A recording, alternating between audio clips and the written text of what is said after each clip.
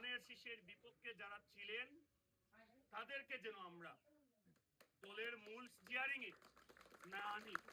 পরবর্তীতে যদি ওনারা বিএনপি করতেন বা বিএনপি ছিলেন, সঙ্গত কারণে হয়তো ধানের শীষের বিপক্ষে অবস্থান নিয়েছেন, পরবর্তীতে ক্রমে আমাদের নেতৃবৃন্দের সাথে আলাপ আলোচনা করে আমাদের এই কমিটি অবশিষ্ট এই পদগুলো আছে সেখানে হয়তো আমাদের নেতৃবৃন্দ যারা আছেন আপনাদেরকে ইনক্লুড করতে পারে। সেই ব্যাপারে আমরা আর যাতে ফিটনাসের মধ্যে না যাই।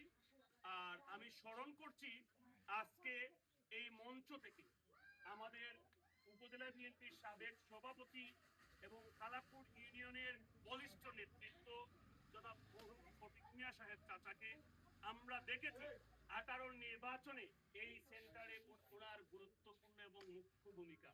সেই রকম নেতৃত্ব আমাদের বাইর করে আনতে হবে বরুণা থেকে।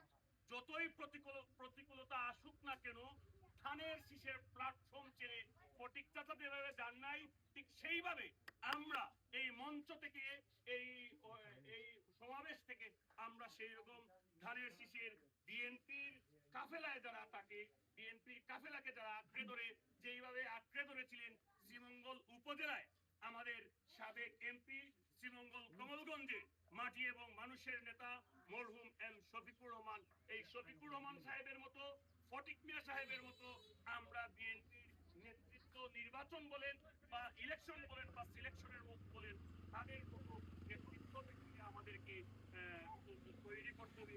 সেই ব্যাপারে আমাদের নেতৃবৃন্দ যারা আছেন দায়িত্বপ্রাপ্ত এবং আমরা পরিশেষে আমাদের নেতৃবৃন্দরা বলেছেন এই ওয়ার্ডে কিন্তু আমরা সবাই ভাই ভাই। যারা ধানের শীষের বিপক্ষে ছিল কঠিন পরিস্থিতিতে ওরা কিন্তু ধানের শীষকে সার দিয়েছিল 18 নির্বাচনে। আমি বিনীত অনুরোধ জানাবো এবারে আমাদের এমপি মহোদয়ের নির্দেশনা, যারা ধানের শীষের বিপক্ষে ছিল আমাদের কমিটিতে পরবর্তীতে যে আমাদের অন্যান্য সহসাধারণ সম্পাদক আছে বা অন্যান্য দপ্তর সম্পাদক আছে, কোষাধ্যক্ষ আছে, বাট আমাদের ইলেকশনটা যাতে বিতর্কিত না হয় সেই দিকে আমি নেতৃবৃন্দর দৃষ্টি আকর্ষণ রেখে বিদায় নিচ্ছি। আসসালামু আলাইকুম।